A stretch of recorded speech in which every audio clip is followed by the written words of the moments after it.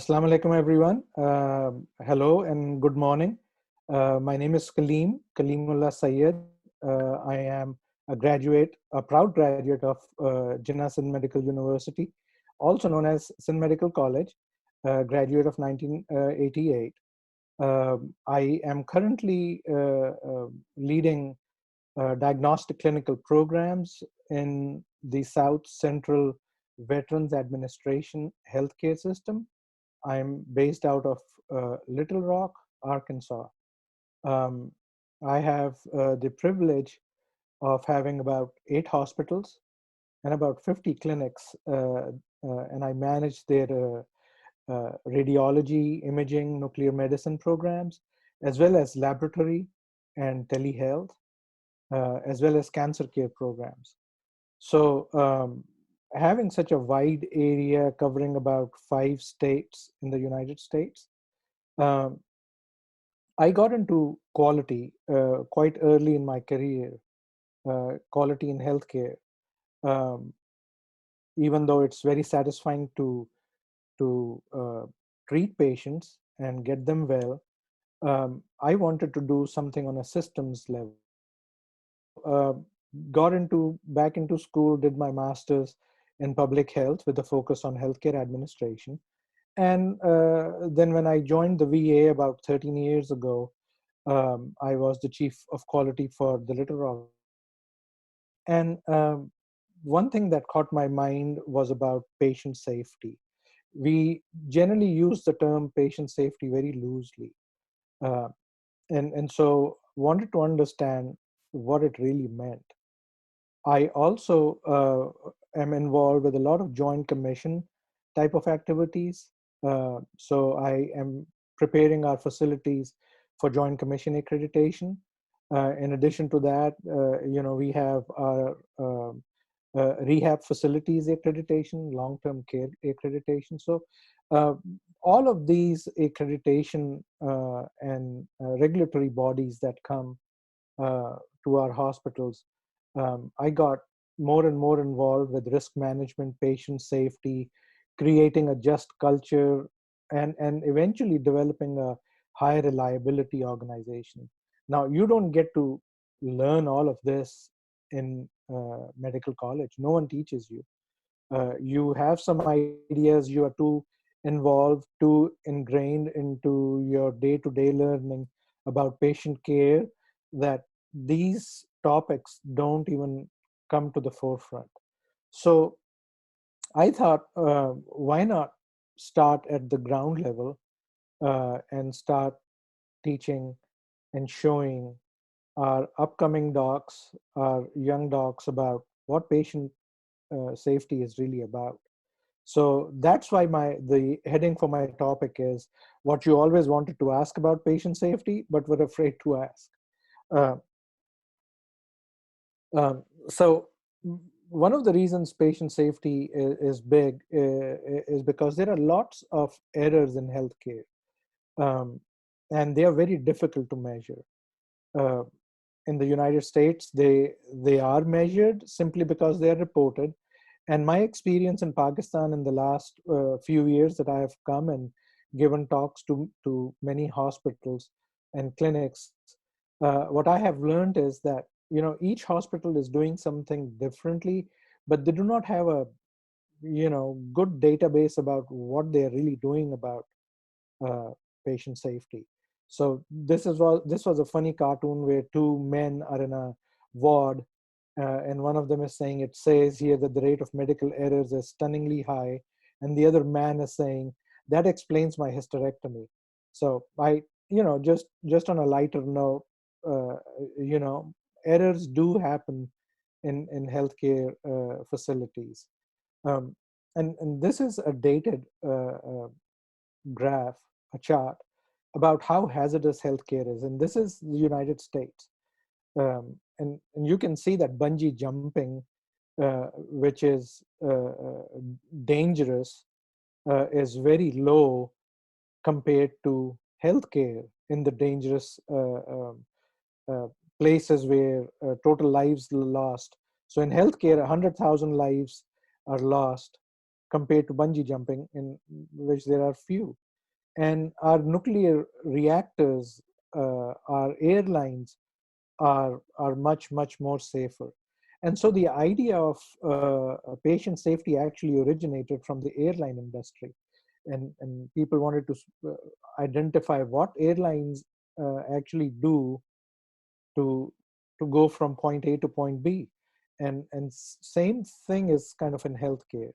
A person comes in sick, you want to take care of them, and you want to make sure that by the time they are discharged, they are safely back in their home. So yes, hospitals are very dangerous places. However, coming back to Pakistan, there is very little to no data uh, about errors in Pakistan. Each hospital kind of does it individually, but there's nothing concrete where you can analyze statistically what's happening. Um, so in there are a few studies that were published a few years ago, and the range of errors in the United States ranges anywhere from 99 or 100,000 deaths to an average of 195,000 deaths due to preventable in-hospital medical errors. And people have kind of disputed these findings, saying that they're really high. And this is here in the US. Uh, but let me assure you that these are uh, well studied, published in peer-reviewed journals. And so, if you can put an argument about it, uh, but to me, that's denial. Um, so even if you go to the lower number, about 90,000 deaths, that's like one jumbo jet crashing daily in the United States. And my question to you is, um, how many potentially preventable in-hospital medical errors actually happen in Pakistan? At least I could not figure out from the databases. There is a statistical that does talk about deaths, but I have not seen potentially preventable in-hospital medical errors. So, what is patient safety and risk management? You know, we talk about washing your hands, especially these days when the COVID-19, the coronavirus is wreaking havoc, not just in population but in our facilities. Washing your hands, that's patient safety. Wearing proper PPE, preventive protective equipment, is patient safety. Actually, donning and doffing are, they have very specific processes as to how you have to wear the PPE and how you have to take it off. So donning and doffing PPE is also equally important. Um, on falls are really huge in hospitals, and so one has to kind of understand uh, the risk of falls for patients who are admitted in hospitals. um, Pain scale, the Braden scale, how how bad do you feel? Are you in pain? Do you have fever? That sort of stuff. And stuff like doing timeouts during procedures, that's patient safety. Labeling the specimens in lab, that's patient safety. So patient safety is everyone's responsibility. And let me tell you, when I say everyone, I mean everyone. Not just clinical staff, not just physicians and nurses, but right from your front line people, the chowkidars, the cleaning staff, pharmacy staff, people who are there to greet you in a hospital. Everyone is involved in patient safety. So if there is something about something that you are not sure if it's safe, then it probably is not safe. If you had to think about something, whether it was okay to do, then I would rather that you didn't and you stopped and think about it for a second. Oftentimes errors also happen because um, that's always the way you did it, and you never think about it. Um, so who's responsible for patient safety? Everyone. And that's what I'm trying to teach our young ones here, that, as you learn about this, implement it. These are some really scary pictures. You can see some of the pictures that show so much medical equipment around a patient. There's one picture with a pair of scissors left. You see a couple of MRI scanners in which non-MRI safe, uh, the stool and the IV line pole is stuck because they did not pay attention to not ensuring that they were MRI safe. Um, in many places in Pakistan, I have seen that the 4 zones that the MRI area needs to have are not even labeled, so people don't know which zone they are entering. um, Cleaning, there's a graphic out there. Make sure your floors are not wet. Even when you clean them, they shouldn't be wet. You should have signs posted that the floors are wet, so people avoid those. And falls is kind of big. And then the other important thing, especially these days, is foaming in and foaming out. Clean your hands. The golden rule for cleaning hands is, use a hand sanitizer if you can. But if you see dirt and gunk on your hand, then it's not the hand sanitizer. You have to use soap and water.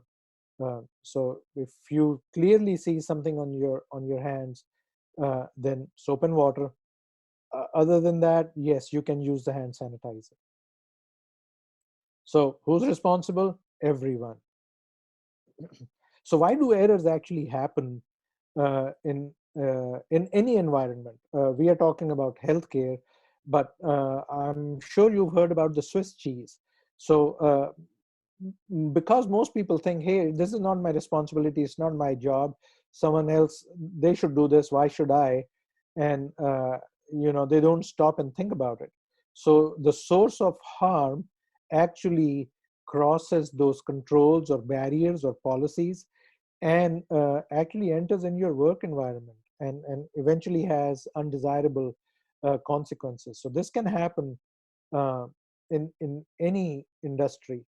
um, and so, as I mentioned, the Swiss cheese model, you try and put policies, procedures, decisions. If they're not good, if they're not effective, then those errors add up, and those latent conditions actually become active errors, and they lead to patient safety incidents.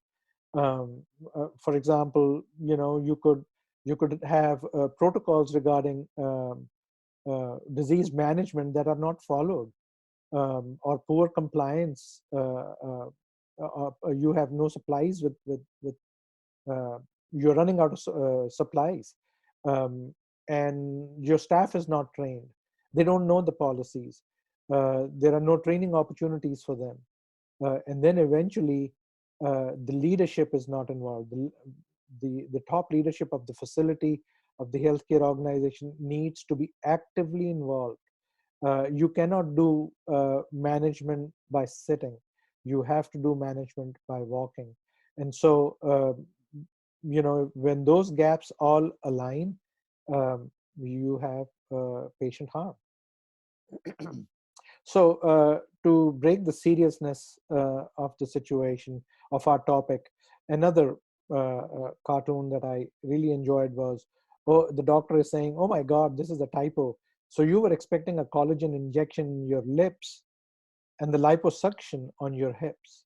So you can see, I mean, yeah, we joke about it, but these are serious things, and I have seen them happen in facilities here, uh, all across the nation. Uh, so when I turn to make it more relevant to our young graduates, our young doctors in Pakistan, uh, I would like to show them about what the Joint Commission talks about international patient safety goal. And these are really easy. Uh, but while they are easy, they're at the same time really hard to implement and practice. But practice makes perfect. So I was able to get those goals from Joint Commission. They're easily available online as well. So I'm going to talk about these goals, and I challenge you to pick up one or two goals and implement them in your practice. Make it your habit. So, for example, goal one is to improving the accuracy of patient identification. And you would say, wait a minute, this is so simple. I mean, I know who I'm talking to, but uh, in in this day and age when you have the electronic medical records coming, the way of the paper where we got trained is kind of going away. There are still some things that need to be done. So always use at least two ways of identifying patients. For example, this is just an example. You could use your own unique identifiers. What we do is we use our patient's name and date of birth. Now, sometimes they can have same names and same date of birth. In that case, you need to use a third identifier. But generally, using two identifiers is considered safe. um, I'll give you my example. In our hospital, uh, um, last year, or a couple of years ago actually, there were 63 patients who had the same last name, and we use social security, the last four digits of the social security number, as the unique identifier. So there were 63 patients who had the same last name and same last four of the social security. So we had to go to their date of birth for those 63 patients. So that happens too. So be mindful of that. Other hospitals are also taking small pictures, so they can add in the electronic medical record for the patient when they check in, take a picture, and that's added. So different varieties depending on the needs of the facility. So or depending on what the facility can do. So the most common thing to do is using a patient's name and their date of birth. And make sure you have the correct patients that get the correct blood when they get blood transfusion. That's also important. But how do you do that? It is easier to say these things, but it's like I said, very difficult to implement. So you do these things by constantly documenting it, and so documentation becomes key in improving patient safety. um, the second goal is improving staff communication. Many errors happen in healthcare because communication is lacking.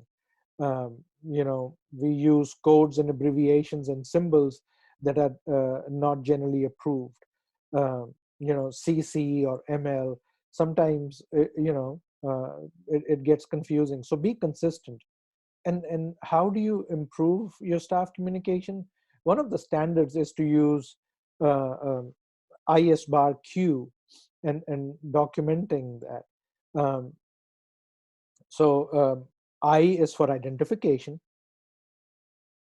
meaning one person identifies to another person who they are bringing, what is the name of the patient, why they are there. So that's the first part. Situation is why has that patient come? Have they come for a test? Are they being discharged? What's happening? So all of that information. Background. So you have to talk about background as well. And then actions. What you've done so far. What you've done before you brought the patient down to that new location. And what results you're expecting. Um, so that's the IS bar. And the last one, Q, is for asking the other person before handing off the patient to them is, do you have any questions? And that kind of closes the loop of communication in healthcare. many a times the person, you're going from one level of care to another level of care. For example, you're going up to the ICU or step down, or you're coming down from ICU or step down to the regular ward, and you just hand someone a piece of paper, and then you let them figure out what's happening. No, always think that at at the end, it's the patient that is impacted. So that's thinking about patient safety. And how do you do IS-BAR-Q? Documentation. Do a cheat sheet, do a small, on a piece of paper, so that you have everything written down. And hospitals do that. They print out thousands of IS-BAR-Q, small uh, postcard size, uh, and they give it to the person who's taking the patient uh, from one level to another. And it's not the patient's attendant, it's someone in the hospital, like a nurse or a transport, who's taking patient from one level of care to another level of care. They have to do that. The third goal is using high alert medications safely. So for example, before a procedure, make sure you label medicines that are not labeled. But that does not mean you should pre-label. You should not pre-label meds. There are many errors that happen with pre-labeling of medication, unless the medication itself comes in a vial that's pre-labeled, that's fine. But you know, make sure that you label your medicine. For example, if you draw something in a syringe and you have to put it in your lab coat or pocket, label it. Do not put that syringe in your lab coat if it's not labeled. The only exception to that rule is that you are taking something out of a vial and immediately delivering it to the patient. That is the only exception where you don't have to label it. You know what you've taken out, and you are immediately introducing it to the patient, giving it to the patient. But the minute you think about putting it down on a table or putting it in your lab coat, label it. Uh, so same applies for cups or basins in an OR. Uh, take extra care of patients who are on blood thinners, uh, and that's important because there are lots of drug interactions with them, and so those would be considered high alert medications. Um, Also, make sure that you record and pass along very accurate information about patients' medicines. Find out what they're taking, even over the counter. And in cases in Pakistan, we also use herbal medications. So make sure you know what medicines are being taken, so that there are no interactions among them. Um, Make sure that you actually give the patient a list of their medications when you discharge them or when they leave from your clinic, and ask them to bring it with them the next time they come. And you know what? Yes, most of the time patients forget. But guess what? Most of the time we forget to give them the list as well. So make it a habit to give them a list. And let me tell you, that's one of the most difficult things to do, to actually think about printing a list of medications and giving it to your patients. Um, and you know how doctors are famous for their handwritings. So that's another aspect to consider. In your pharmacy, I had the opportunity to go to multiple hospitals in Pakistan, and I was surprised to see that they do not separate their high alert medications. One of the things that pharmacists uh, have to do is to look at their annual salad list. Now, that's a funny name, but it's easier to remember. Sound alike, look alike drugs. Uh, so that's what we call them, salad list. Every year, your pharmacy should go through the list of medications that they have and actually label the lookalikes and the soundalikes. Many insulins uh, have kind of similar sounding names. So they need to do that. And again, my point is that can only be done if it's documented. And you have to post that list uh, in multiple areas. You actually give that list to the wards so they know what they're ordering. Uh, Sometimes they might say something, but they might mean something else. Uh, so that's important too. Now we come to ensuring that surgeries are safe.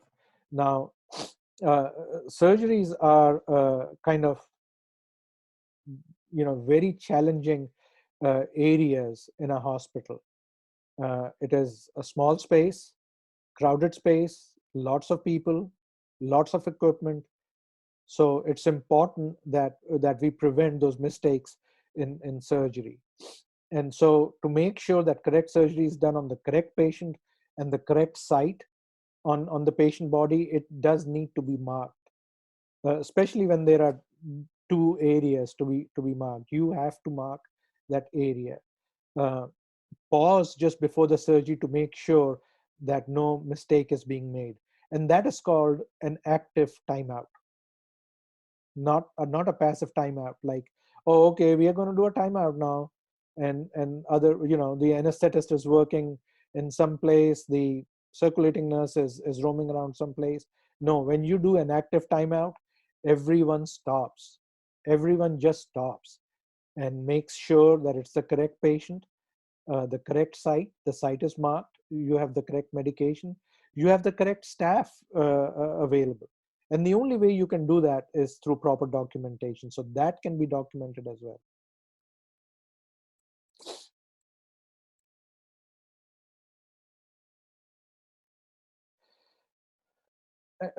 Goal 5. Now, reducing the risk of healthcare associated infections. As I mentioned earlier, hospitals are dangerous places to be in. And, sometimes when people come to be healed in a hospital, we are actually sending them home with healthcare associated infections. And one of the main things of preventing healthcare associated infections is to use proper hand washing techniques. You should wash your hands at least a minimum of 15 to 20 seconds to have some, at least 15 to 20 seconds of washing uh, gets rid of germs on the hands 90 to 95% of the time. You still have that 5%, but proper hand washing is really important. But how do you do that? How do you know? Do you have a stopwatch every single time you're washing your hands? No. There are many, you know, funny things that have come up. Hey, sing yourself happy birthday, and by the time you're done, it's about 15, 20 seconds. Other folks have said, say your ABCs, and that's about 20 seconds. Um, so different things you can come up with your own, but observe proper hand cleaning guidelines. Using those proven guidelines, uh, you know, you would do what is best for your patients. We have lots of healthcare associated infections, healthcare associated pressure ulcers, healthcare associated infections caused by catheters, surgical sites infections, CLAPSI, central line blood infections, ventilator associated pneumonias. Those are all hospital acquired infections. And so we have to use clinical protocols. And guess what? It's documentation. You have to document things. Uh, Another goal is risk of patient harm from falls. Um, I had again the opportunity to visit many hospitals here in Pakistan, and I was surprised to kind of see that some actually screen for falls and most don't. So I would say make it a habit. Anytime a patient comes in, screen them for falls, find out if they have fallen before, and uh, you know, identify those risks of falls. And we had a program in our hospital, and we kind of said falling stars, for example, so that no one feels kind of, the patient doesn't feel bad about the fact that, oh, I'm a falls risk. They might not, they might know it, but we don't need to kind of consciously make them feel bad about it. So you identify those patient risks, and again, documentation. And how do you mitigate those falls? Okay, once you identify a patient is at fault, how do you mitigate those? And that's where nurse involvement is critical in this. And you have to figure out strategies to mitigate those falls. And those strategies could be, low beds. And you'll say, hey, we don't have resources to buy low beds, and so, you know maybe the beds have higher railings, or you could lower those beds down. And in some cases you might have to get some mattresses as well to be put right by the bed. Patients are known to get up and walk by themselves, so if they're at risk, so you can do different mitigation strategies. And the internet is full of these mitigation strategies. And I can't tell you which strategy is the best for you. You've got to figure out, based on the hospital you're working at, what works best for you. So these were the 6 goals that the Joint Commission has for considers as international patient safety goals. And I challenge you to pick up 1 or 2 that you think you can apply and see them through fruition. If you can't implement those in the entire hospital, implement them in the ward that you are in. Every ward that you rotate, consciously look at those. Uh, we in the US have many others. We have like 15 goals that we have to apply in all of our hospitals. For example, as we get big on technology, we get alarm fatigue. And sometimes we don't answer to the alarms because there's so many going on. So make sure that those alarms are heard and are responded. So we developed a metric on how soon did someone respond to an alarm, and we measure that as well. So all of these goals have a basic requirement of documentation, measuring, and then making yourself better. If you just measure it and don't do anything to make it better, then you might as well not do it. Uh, we also have what is called a Sentinel event, and it is an event. It's a patient safety event which may result in a death, permanent harm, or severe temporary harm, which requires an intervention to sustain life. And we call them sentinel because they are so severe that they need immediate investigation as to what has happened. Many a times what we tend to do is kind of hide it, but that's what patient safety is about. It's about opening up and saying, okay, this thing happened, and we need to do an immediate investigation. And some examples of sentinel event are, uh, suicide of any patient within 72 hours of discharge. Now that's a metric that we set for ourselves. You can set whatever metric you want to for your facilities. Suicide became a huge issue in our hospitals, and so we picked that as something. Um, Hemolytic transfusion reaction, or blood products that caused uh, transfusion reaction. Those are considered sentinel events. Uh, any invasive procedure, including surgery on the wrong patients, wrong site, prolonged fluoroscopy where a high dose is being given, greater than 1,500 rats, for example. You have to make sure uh, that we do that. We've done a new project for us is that we are now calculating the total cumulative dose from any modality, CT, fluoroscopy, MRI, whatever, any modality over 1 year. So we follow a patient to make sure that, that they're not getting a high dose. Um, Fires, unanticipated smoke, uh, during episodes of during surgery, burns, uh, rape, assault, whatever. I mean, those are all considered sentinel events, and they require an immediate investigation. So now, from patient safety perspective, what I'm telling you, that you need to identify some triggers. What triggers a sentinel event? Other errors can happen, but there are some errors that are so severe that you want to investigate and make sure that it doesn't happen to another patient. So how do you practice patient safety? Have you thought about it?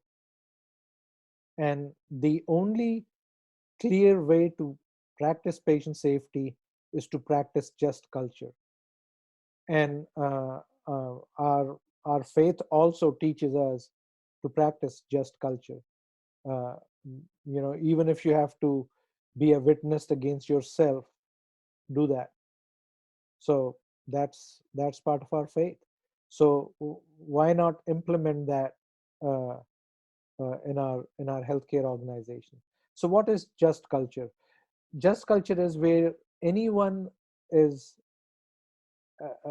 encouraged to speak up if something is being done which is bad and can cause harm to a patient, and they can speak up without fear of reprisals or repercussions, or they might lose their job, or they might not get promotions and stuff.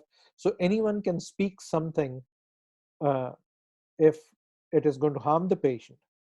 And just culture has been shown to decrease bad outcomes. That's proven. There's so much data out there that if your organization practices just culture, uh, your clinical outcomes become better. You actually improve your organizational and staff reputation. You actually tell your patients that you're open, and eventually it helps the organization flourish. When I talk about bottom line, I am actually talking about financially. So in the US, there's a culture of people sue each other because of something, and so you want to be upfront and say, hey, this happened. Uh, that has not yet happened in Pakistan, but that does not mean you just do it because of fear of having lawsuits. You do it for patient safety, and it will eventually, over time, be a part of what you do. It will become you. So again, many facilities in Pakistan have not heard of the terminology of just culture. They've not heard of the terminology of high reliability organizations. Some have, but it's not, it's not widespread. And so think about just culture, and I'll talk about high reliability in just a minute. But start with just culture. If you can't do it in your organization as a whole, start small. Start this in a unit. Your professor or you yourself could start, uh, and you will see that you will be the better person for that. So the word HRO, or high reliability organization, means that uh, it's not that the organization is reliable, but that the organization does things so well that patient actually come to them, and they are consistent in their results. Now, that's one reason why we talk about some hospitals in Pakistan, like Shaukat Khanam, like the Aga Khan Hospital, like the Indus Hospital. There are many hospitals that actually are on that journey to high reliability. Now, high reliability is a journey. It's not a destination. So you're always striving to become better, and that's what makes you high reliable. So high reliability focuses on three elements. First is the commitment of your leadership. whether it's the leadership of your hospital, whether it's the leadership of your unit, of your ward, but it's that commitment to say, we will be a high reliable unit or an organization, and we will practice just culture. So that commitment needs to be there. They are very focused on that. The other thing that they focus is on patient safety. You know, they do not take their eyes off patient safety. If something happens, then they say, hey, what really did happen, and let's find out. Again, practicing just culture. And then they insist on continuing to improve. Finding out something happened is the easy part. The difficult part is to do something about it and make sure it doesn't happen to another person. So safety is always on the agenda for high reliable organization. They embrace information from close call, and they're proactive hazard analysis, and they have good communications. They have communication up and down the chain.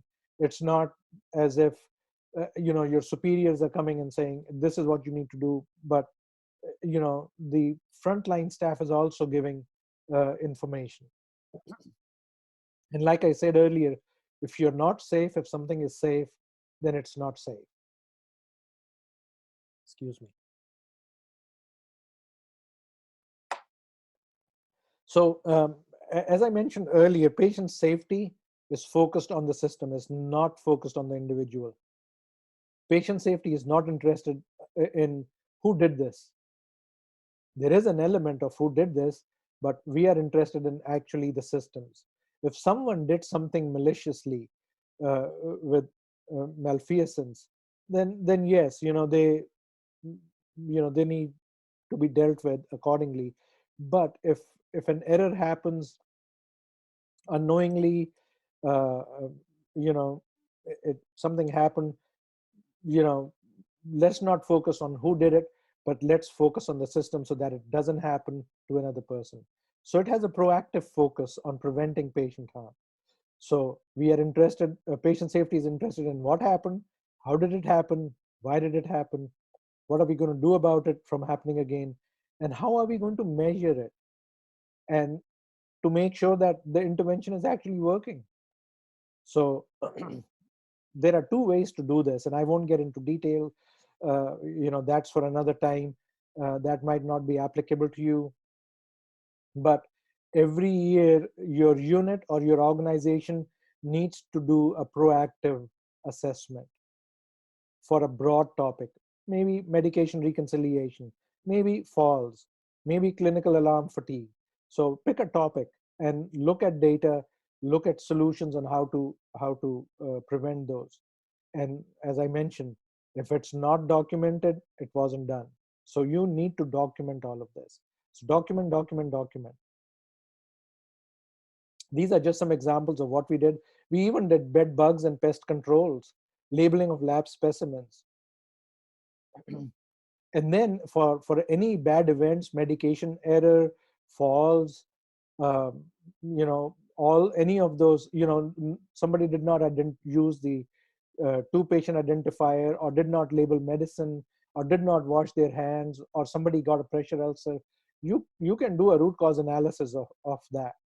And again, the root cause analysis, or the RCA, is a detailed process not meant for this session. Uh, but you know, the focus is beyond blame. That's where you go into just culture, and you can learn lessons from RCAs.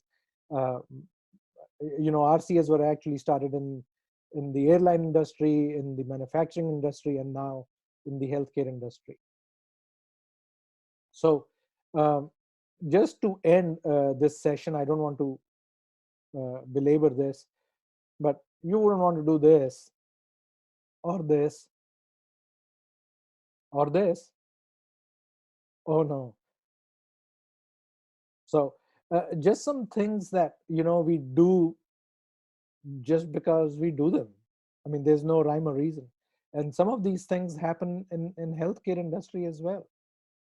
Uh, I included a link for this video that we have, that we tell every employee to to see and to empower them, you are welcome to go and see this. This is called Stop the Line for Patient Safety, meaning if you see something wrong, you say what you see, you say what you're concerned about, and say what you want to happen to keep things safe. The Stop the Line was a concept that came from the Toyota manufacturing system. Toyota is known for their well-made cars, and they had a good lean system in which any person could stop the line and stop the production of the car, and that could go on for minutes or for hours.